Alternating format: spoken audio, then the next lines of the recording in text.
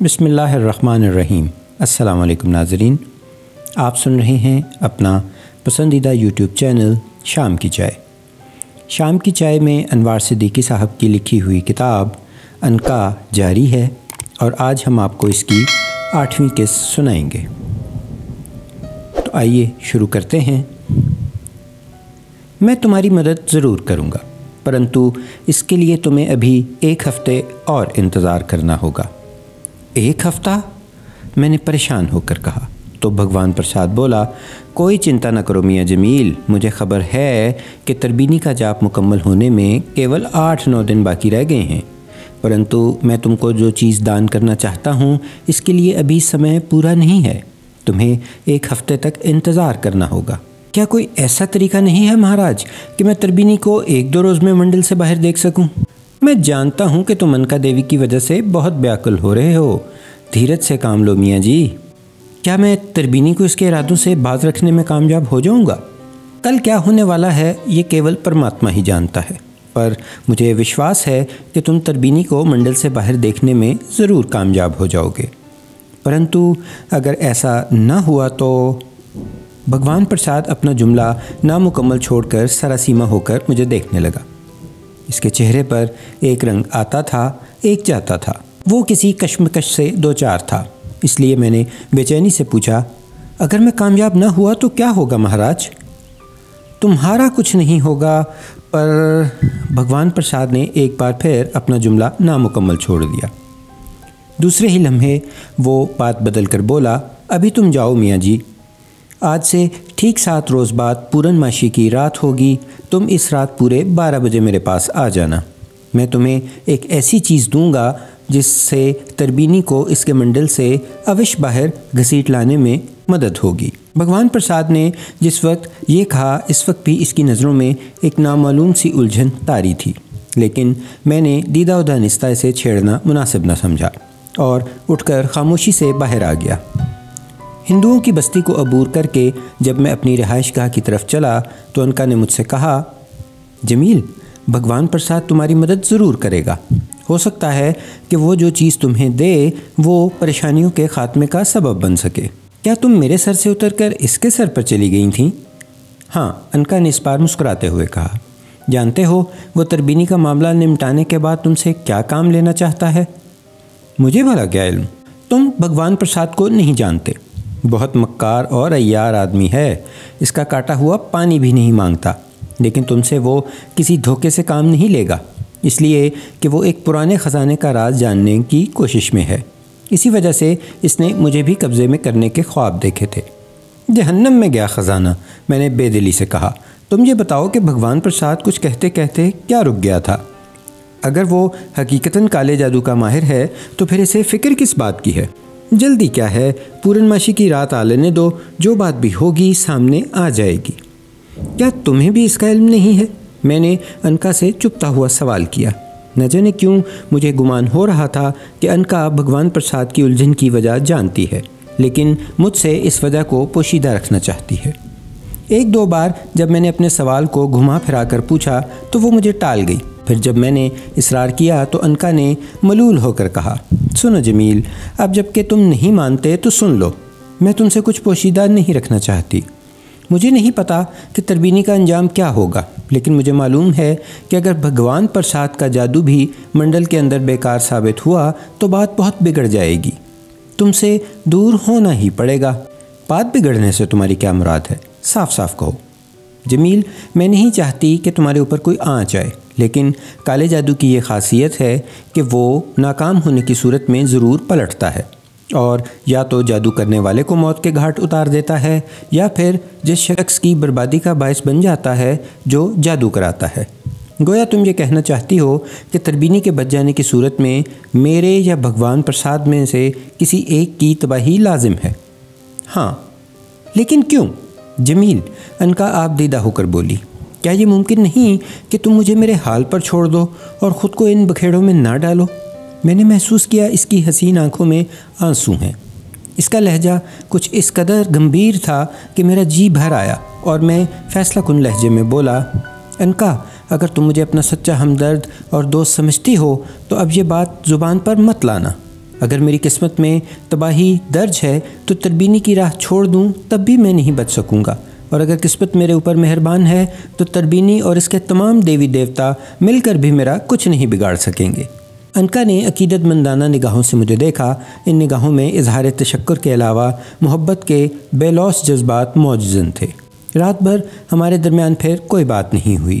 انکا آلتی پالتی مارے میرے سر پر خاموش بیٹھی رہی۔ دوسری طرف میں نے اٹل فیصلہ کر لیا تھا کہ انکا کے پرسرار وجود کو ہر قیمت پر اپنائے رکھوں گا۔ اپنے خیالوں میں الجھا جب میں گھر پہنچا تو نرگس نے مجھے ایک نئی اطلاع سنائی۔ نازلی کے متعلق کچھ سنا ہے آپ نے؟ کیا ہو گیا؟ میں نے بے پرواہی سے اپنے بستر پر نیم دراز ہوتے ہوئے پوچھا۔ صابر علی صاحب نے اسے اسمگلنگ کے چکر میں پھنسوا دیا ہے۔ آج صبح پولیس نے نازلی کے گھر کامیاب چھاپہ مار کر اسے گرفتار کر لیا ہے۔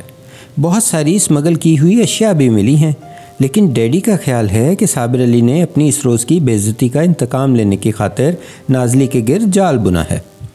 تمہارے ڈیڈی کو آخر نازلی سے اس قدر ہمدردی کیوں ہو گئی ہے؟ میں جلدی میں کہہ گیا۔ پھر مجھے خیال آیا کہ مجھے ایسی بات نہیں کہنی چاہیے تھی۔ میرا مطلب ہے کہ نازلی جانے اور صابر علی صاحب، ہمیں کیا ضرورت پڑی ہے کہ دوسروں کے معاملے میں دخل دیں؟ کچھ بھی صحیح، لیکن صابر علی صاحب کو ایک عورت کے ساتھ ایسی اوچھی حرکت نہیں کرنی چاہیے تھی۔ نرگس نے برا سا منہ بنا کر کہا۔ میرا تو خیال ہے کہ اس روز بھی نازلی نے بلا وجہ ان پر کیچڑ نہیں اچھالی ہوگی۔ دال میں ضرور کچھ کالا رہا ہوگا۔ ہو سکتا ہے، ویسے مجھے تمہارا یہ مجسٹریٹ بھی کوئی اچھے کماش کا آدمی نہیں لگتا، میں نے نرگس کی ہاں میں ہاں ملاتے ہوئے جواب دیا۔ پھر رازداری کے انداز میں پوچھا، کیا تمہیں حقیقتاً نازلی سے بہت ہمدردی محسوس ہو رہی ہے؟ ہونی بھی چاہیے، نرگس نے تیزی سے کہا۔ صابر علی صاحب نے اسے جس الزام میں پھنسانے کی کوشش کی ہے، اگر وہ درست ثابت ہو گیا تو بیچاری کی زندگی برباد ہو جائے گی۔ اگر تم کہو تو میں نازلی کو بچانے کی کوشش کروں۔ میں نے یہ جملہ نہ جانے کس لہجے میں کہا تھا کہ نرگس نے پلٹ کر میرے چہرے کو غور سے دیکھا، پھر جیسے نازلی کے ساتھ اس کی تمام تر ہمدردیاں اچانک ختم ہو گئی ہوں۔ وہ بھویں چڑھا کر بولی، آپ کو کیا ضرورت ہے اسے بچانے کی؟ وہ جانے اور صابر علی صاحب جانے۔ آپ آرام سے کپڑے تبدیل کر کے لیٹیے، میں ابھی آپ کے لیے کافی بنا کر لاتی ہوں۔ نرگس چلی گئی تو میں ایک بار پھر تربینی کے بارے میں سوچنے لگا، جو انکا کو مجھ سے چھین لینے کی خاطر جاپ کر رہا تھا۔ انکا بھی اپنے خیالوں میں گم تھی، اس لیے میں نے اسے چھیڑنا مناسب نہ سمجھا۔ نرگس نے کافی لا کر دی تو میں نے اپنے بوجھل اعصاب کو سکون دینے کی خاطر جلدی 2-4 لمبے گھونٹ لیے، پھر کافی ختم کر کے لیٹ رہا۔ نرگس کو میں نے تاکید کر دی تھی کہ اگر میں خود سے نہ جاگوں تو دوپہر کے کھانے پر مجھے جگانے کی کوشش نہ کرے۔ پنڈت بھگوان پرساد سے ملے مجھے 4 روز گزر چکے تھے۔ میں نے یہ 4 دن بڑے کرب میں گزارے۔ انکا اس عرصے میں برابر میری ڈھارس بندھاتی رہی، لیکن مجھے کسی پل چین نصیب نہ تھا۔ ہر لمحہ یہ فکر لاحق رہتی کہ اگر تربینی اپنے مقصد میں کامیاب ہو گیا تو میرا کیا ہوگا۔ انکا کی جدائی کا وقت قریب آتا جا رہا تھا اور اس سے میری محبت روز بروز بڑھتی جا رہی تھی۔ اکثر رات کو جب وہ میرے سر پر محو خواب ہوتی تو میں جاگتا رہتا اور اسے حسرت بھری نگاہوں سے دیکھا کرتا۔ ان 4 دنوں میں انکا بے حد جھٹک گئی تھی۔ خود میرا بھی یہی حال تھا کہ کسی کام میں دل نہ لگتا تھا، بھوک پیاس کا ہوش نہ رہتا۔ بس مجھے ہر وقت یہی فکر لاحق رہتی کہ دیکھیں آنے والے لمحات میرے حق میں کیا گل کھلاتے ہیں۔ میری عزیز شے مجھ سے رخصت ہونے والی تھی۔ نرگس اور اس کے والدین سے اپنی کیفیت چھپانے کی خاطر میں صبح سویرے ہی صرف چائے پی کر دوستوں سے ملنے کا بہانہ کر کے چلا جاتا اور رات کے کھانے کے بعد لوٹتا۔ نرگس کے والدین کو تو کوئی خیال نہ ہوا کہ میرا پروگرام اچانک کیوں تبدیل ہو گیا، البتہ نرگس کے کان ضرور کھڑے ہو گئے۔ 2-4 دن تک تو وہ چپ رہی، لیکن 5ویں روز جب میں رات گئے گھر واپس آیا اور اپنی خوابگاہ میں داخل ہوا تو نرگس میری منتظر تھی۔ جب تک میں کپڑے تبدیل کرتا رہا وہ مجھ سے ہنس کر باتیں کرتی رہی، مگر جب میں بستر پر دراز ہو گیا تو نرگس میرے قریب آ گئی اور بڑے پیار سے بولی، کیا بات ہے، آپ آج کل زیادہ تر گھر سے باہر ہی رہتے ہیں؟ کوئی خاص بات نہیں، میں نے ٹالتے ہوئے جواب دیا، دوستوں سے ملنے چلا جاتا ہوں، اچھا خاصا وقت گزر جاتا ہے۔ ایسا بھی کیا کہ انسان منہ اندھیرے نکلے اور رات ڈھلے واپس لوٹے؟ نصیب دشمنا، کہیں آپ کو کوئی پریشانی تو لاحق نہیں؟ پریشانی کیسی؟ کھائیے میرے سر کی قسم، میں نے ہر چند نرگس کو ٹالنا چاہا، لیکن جب وہ کسی طرح نہ مانی تو میں انکا کے اشارے پر اسے بھی مختصراً اپنی پریشانی کا احوال سنانے بیٹھ گیا۔ نرگس میری باتیں سن کر رنجیدہ ہو گئی۔ جب تک میں اسے حالات بتاتا رہا وہ حیرت سے مجھے دیکھتی رہی۔ میں خاموش ہوا تو وہ بولی، کیا آپ کو کبھی امید ہے کہ آپ انکا کو اس پنڈت سے نجات دلانے میں کامیاب ہو جائیں گے؟ خیال تو ہے، آگے قسمت میں جو لکھا ہے وہی ہوگا۔ جادو وغیرہ کا کھیل بہت برا ہوتا ہے، نرگس نے مجھے سمجھاتے ہوئے کہا۔ کہیں ایسا نہ ہو کہ انکا کو ایک مصیبت سے نجات دلاتے دلاتے آپ خود کسی بڑی مصیبت میں پھنس جائیں۔ سب کچھ ممکن ہے نرگس، میں نے بظاہر بڑے عزم سے جواب دیا، لیکن اب خواہ کچھ بھی ہو میں انکا کو اس موذی پنڈت سے نجات دلا کر ہی دم لوں گا، چاہے مجھ پر کتنی ہی تباہیاں کیوں نہ نازل ہو جائیں۔ کیا آپ کو میرا کوئی خیال نہیں ہے؟ ہے، کیوں نہیں ہے، مگر انکا بھی میری محسن ہے، اس کے احسانوں کو فراموش بھی تو نہیں کیا جا سکتا۔ اگر اس نے میری مدد نہ کی ہوتی اور امیر کبیر نہ بنایا ہوتا تو میں تمہیں بھی حاصل نہیں کر سکتا تھا، مگر اکثر موقعوں پر اسی انکا نے آپ کے ساتھ ایسی حرکتیں بھی تو کی ہیں جو انتہائی اخلاق سے گری ہوئی تھیں۔ نرگس نے نظریں نیچے کر کے کہا، پھر یکلخت تیز ہو کر بولی، آپ یہ کیوں بھول رہے ہیں کہ اسی انکا کی وجہ سے آپ کا ایک ہاتھ بھی ضائع ہوا ہے؟ مجھے سب معلوم ہے، لیکن اس کے باوجود میں انکا کو ہر قیمت پر پنڈت کے چنگل سے بچانے کی کوشش کروں گا، خواہ اس کے لیے مجھے اپنی جان ہی کیوں نہ گنوانی پڑے۔ گویا انکا آپ کو مجھ سے زیادہ عزیز ہے۔ نرگس کے چہرے پر رقابت کی سرخی پھیل گئی۔ حماقت کی باتیں کیوں کرتے ہو نرگس؟ میں جھلا کر بولا، انکا محض ایک تصوراتی وجود ہے جس کا حقیقت سے کوئی تعلق نہیں۔ تمہیں اس کے سلسلے میں کسی قسم کے خیال کو ذہن میں جگہ نہیں دینی چاہیے۔ نرگس کو غالباً اس جواب کی توقع نہیں تھی۔ وہ ششدر سی میرا منہ دیکھنے لگی۔ اس کے چہرے پر ایک رنگ آ رہا تھا اور ایک جا رہا تھا۔ اس کی غزالی آنکھوں میں شکایت بھری ہوئی تھی۔ مجھے امید نہیں تھی کہ نرگس انکا سے میری ہمدردی کو غلط رنگ دے گی اور مفت میں بیٹھے بٹھائے میری پریشانیوں میں اضافہ کرے گی۔ بہرحال جب میں نے اس کے تیور بدلے دیکھے تو اور برا لگا۔ میں خشک لہجے میں بولا، میرا تو خیال تھا کہ تم پڑھی لکھی ہو، وسیع النظر بھی ہوگی، لیکن معلوم ہوا ہے کہ رقابت کے جذبے کا تعلیم سے کوئی تعلق نہیں ہوتا۔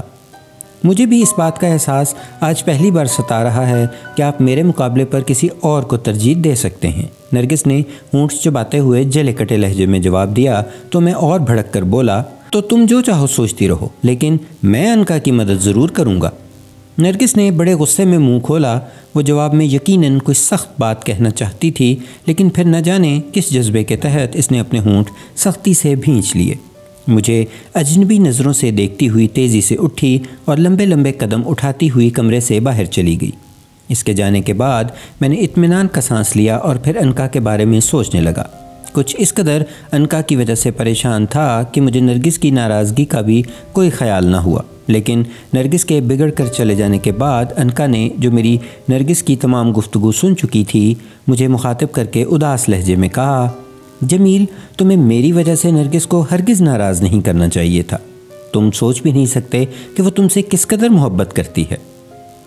اگر اسے مجھ سے محبت ہوتی تو وہ تمہاری مدد کرنے سے مجھے کبھی منع نہ کرتی، میں نے جھلا کر کہا۔ ارے اس قدر جذباتی نہ بنو جمیل، تمہیں نرگس کے جذبات کی قدر کرنی چاہیے۔ انکا بڑی دیر تک مجھے سمجھاتی رہی اور نرگس کی وکالت کرتی رہی، لیکن میں اپنی ہٹ پر اڑا رہا، شاید اس لیے کہ میں سوائے انکا کے اور کسی کے بارے میں سوچنا بھی نہیں چاہتا تھا، اور اس کی وجہ بھی معقول تھی۔ تربینے کے جاب کو مکمل ہونے میں اب صرف 3-4 ہی دن باقی رہ گئے تھے۔ جب میں نے نرگس کی طرف کوئی دھیان نہ دیا تو انکا یہ کہہ کر میرے سر سے اتر گئی کہ اب وہ نرگس کے سر پر جا رہی ہے تاکہ حالات کی نوعیت سمجھا سکے اور اس کے ذہن میں میری جڑیں مضبوط کر سکے۔ میں نے انکا کی اس بات کا کوئی جواب نہیں دیا۔ جب وہ میرے سر سے اتر گئی تو میں کچھ دیر تک حالات کے الجھے ہوئے تانے کو سلجھانے کے لیے ذہن میں مختلف اسکیمیں مرتب کرتا رہا، پھر نہ جانے کب میری آنکھ لگ گئی۔ صبح میں حسب معمول جانے کے لیے تیار ہوا تو نرگس نے میرا راستہ روک لیا۔ اپنی رات کی باتوں پر شرمندگی کا اظہار کر کے اس نے انکا کی سلامتی کے سلسلے میں مجھ سے ہمدردی کا اظہار کیا تو میرے دل کا بوجھ کس قدر ہلکا ہو گیا۔ میں نے اسے سینے سے لگا لیا اور جلدی واپس آنے کا وعدہ کر کے گھر سے نکل گیا۔ انکا دوبارہ میرے سر پر آ چکی تھی، لیکن آج اس کی نظروں میں آنے والی الجھن کچھ زیادہ ہی دکھائی دے رہی تھی۔ میں دن بھر ادھر ادھر مارا مارا پھرتا رہا۔ شام کو مرگھٹ پر جا کر ایک نظر تربینی پر ڈالی جو ابھی تک بڑے آرام سے اپنے جاپ میں مصروف تھا۔ میں خون کے گھونٹ پیتا ہوا واپس گھر آ گیا۔ نرگس کل کے مقابلے میں زیادہ مہربان نظر آتی تھی۔ رات گئے تک وہ انکا کے بارے میں باتیں کرتی رہی۔ 7 روز بعد میری وحشت میں جو اضافہ ہوا اسے تحریر میں لانا میرے بس کی بات نہیں۔ بہرحال اس روز تمام دن میرے اوپر کرب کی سی کیفیت طاری رہی۔ انکا تو اداسی کا مجسمہ بن کر رہ گئی تھی۔ دن بھر میں اسے دلاسے دیتا رہا اور بڑی بے چینی سے رات کا منتظر رہا۔ خدا خدا کر کے رات آئی اور 11 بجے تو میں پنڈت بھگوان پرساد کے گھر کی سمت چل پڑا۔ آسمان پر پورن ماشی کا چاند چمک رہا تھا۔ میں لمبے لمبے قدم اٹھاتا ہندوؤں کی بستی میں داخل ہوا تو انکا نے ایک سرد آہ بھر کر کہا، جمیل آج کی رات مجھ پر بہت بھاری ہے۔ میرا دل گواہی دے رہا ہے کہ کچھ نہ کچھ ہو کر رہے گا۔ صبر سے کام لو، خدا نے چاہا تو تربینی اپنے مقصد میں کبھی کامیاب نہیں ہو سکے گا۔ انکا نے حسرت بھری نظروں سے مجھے دیکھا، پھر میرے سر پر چمٹ کر پورن ماشی کے چاند کو گھورنے لگی۔ میں قدم بڑھاتا بھگوان پرساد کی حویلی میں حاضر ہوا۔ وہ میرا ہی منتظر تھا۔ مجھے دیکھ کر بولا، آؤ میاں جی آؤ، میں تمہاری ہی راہ تک رہا تھا۔ تم ٹھیک سمے پر آئے ہو۔ مہاراج کیا آپ نے میری چیز تیار کر لی ہے؟ ہاں ہاں آؤ میرے ساتھ۔ میں بھگوان پرساد کے اشارے پر اٹھ کر اس کے ساتھ ہو لیا۔ وہ مجھے ساتھ لے کر ایک دوسرے کمرے میں داخل ہوا جہاں نہ جانے کیا علم غلم بھرا ہوا تھا۔ اس کمرے میں داخل ہوتے ہی مجھے محسوس ہوا جیسے میں بے شمار بھوت پریت کے درمیان آ گیا ہوں۔ بظاہر وہاں ایسی کوئی چیز نظر نہیں آتی تھی جس سے میں خوفزدہ ہوتا، لیکن کوئی نہ کوئی بات ایسی ضرور تھی جس نے مجھے اختلاجی کیفیت سے دوچار کر دیا تھا۔ بھگوان پرساد نے کمرے میں داخل ہو کر کوری مٹی کی ایک ہانڈی درمیان میں رکھی ہوئی میز سے اٹھائی اور پھر میرے قریب آ گیا۔ میں نے ہانڈی پر ایک اچڑتی ہوئی نظر ڈالی۔ اس کا منہ مٹی کے کورے ڈھکنے سے بند تھا اور چاروں طرف سوکھا ہوا آٹا لگا ہوا تھا۔ بھگوان پرساد نے وہ ہانڈی میری طرف بڑھاتے ہوئے کہا، میاں جی اسے سنبھالو اور جو میں کہتا ہوں اسے غور سے سنو۔ اس ہانڈی کو لے کر سیدھے مرگھٹ کی طرف جاؤ، راستے میں کسی دوسرے منش سے بات مت کرنا۔ جب تم تربینی کے منڈل کے قریب پہنچ جاؤ تو تربینی کو اس طرح مخاطب کرنا کہ اس کی نظریں اس ہانڈی پر پڑ جائیں۔ اس کے فوراً بعد کالی مائی کا شبھ نام لے کر اس کو تربینی کی طرف منڈل کے اندر پھینک دینا۔ دیوتاؤں نے چاہا تو تربینی تمام جنتر منتر بھول کر منڈل سے نکل پڑے گا۔ آگے تم جانو اور تمہارا کام جانے، پر میرا وعدہ یاد رکھنا۔ اس مٹی کی ہانڈی میں کیا بند ہے مہاراج؟ میں نے ہانڈی کو اپنے ایک ہاتھ پر سنبھالتے ہوئے حیرت سے پوچھا۔ اس میں ایک ایسی شکتی بند ہے جو تربینی کو جلا کر بھسم بھی کر سکتی ہے، پرنتو اس کا دھیان رکھنا کہ جب تک تربینی کی نظر ہانڈی پر نہ پڑے تم اسے ہاتھ سے نہیں چھوڑو گے۔ مہاراج کیا آپ کو وشواس ہے کہ تربینی اپنا جاپ پورا کیے بغیر منڈل سے باہر آ جائے گا؟ کالی مائی کی آگیا سے ایسا ہی ہوگا، بھگوان پرساد نے کچھ بے چینی سے کہا۔ اب سدھارو تم میاں جی، اگر سمے زیادہ بیت گیا تو کھیل بگڑ جائے گا۔ میں نے جواب میں بھگوان پرساد کا شکریہ ادا کیا اور مرگھٹ کی طرف چل پڑا۔ راستے میں 1-2 بار میرا جی چاہا کہ انکا سے دریافت کروں کہ اس ہانڈی میں کیا ہے، لیکن بھگوان پرساد نے چونکہ مرگھٹ تک پہنچنے تک زبان بندی کی تاکید کر دی تھی، اس لیے میں نے انکا سے بھی کوئی بات نہیں کی۔ البتہ میں یہ محسوس کر رہا تھا کہ جیسے جیسے مرگھٹ قریب آتا جا رہا تھا انکا کے چہرے کی زردی بڑھتی جا رہی تھی۔ اگر کوئی دوسرا موقع ہوتا تو شاید میرے فرشتے بھی اتنی رات گئے تک مرگھٹ تک جانے کی جرت نہ کرتے، لیکن یہ انکا تھی، اس کے لیے میں موت سے نبردہ ہونے کا فیصلہ کر چکا تھا۔ یوں بھی پورن ماشی کی چاند کی روشنی اتنی کافی تھی کہ مجھے ہر چیز بآسانی نظر آ رہی تھی اور کسی خوف کا احساس نہیں ہو رہا تھا۔ مرگھٹ پہنچ کر میں نے تربینی کو دیکھا جو منڈل کے درمیان آلتی پالتی مارے بیٹھا بڑے سکون سے جاپ میں مگن تھا۔ اس کی محویت دیکھ کر میرے تن بدن میں جیسے آگ لگ گئی۔ دوسرے ہی لمحے میں نے ایک ہاتھ سے ہانڈی کو اٹھا کر سینے کی سمت آگے اونچا کرتے ہوئے اس مردود پنڈت تربینی کو للکارا، او ناہنجار پنڈت، آنکھیں کھول اور دیکھ، تیری موت اس وقت تیرے سر پر منڈلا رہی ہے۔ تربینی ان ہماک سے اپنے جاپ میں مگن رہا۔ یا تو اس نے اپنی محویت میں میری آواز سرے سے سنی ہی نہیں تھی اور یا پھر دیدہ دانستہ آنکھیں بند کیے رہا۔ میں نے جھلا کر اسے دوسری بار للکارا، لیکن اس بار بھی تربینی پر کوئی اثر نہ ہوا، مگر تیسری بار جب میں حلق پھاڑ کر چیخا تو مجھے اپنے ارادے میں مایوسی نہیں ہوئی۔ تربینی نے اس بار آنکھیں کھولیں اور اس کی نظر ہانڈی پر پڑی۔ میں نے دل میں بھگوان پرساد کے کہنے کے مطابق کالی مائی کا نام لیا اور ہانڈی کو منڈل کے اندر تربینی کی سمت اچھال دیا۔ ہانڈی میرے ہاتھ سے نکل کر تیر کی طرح تربینی کی طرف لپکی، لیکن تربینی کے قریب پہنچ کر اس سے ٹکرانے کی بجائے فضا میں معلق ہو گئی۔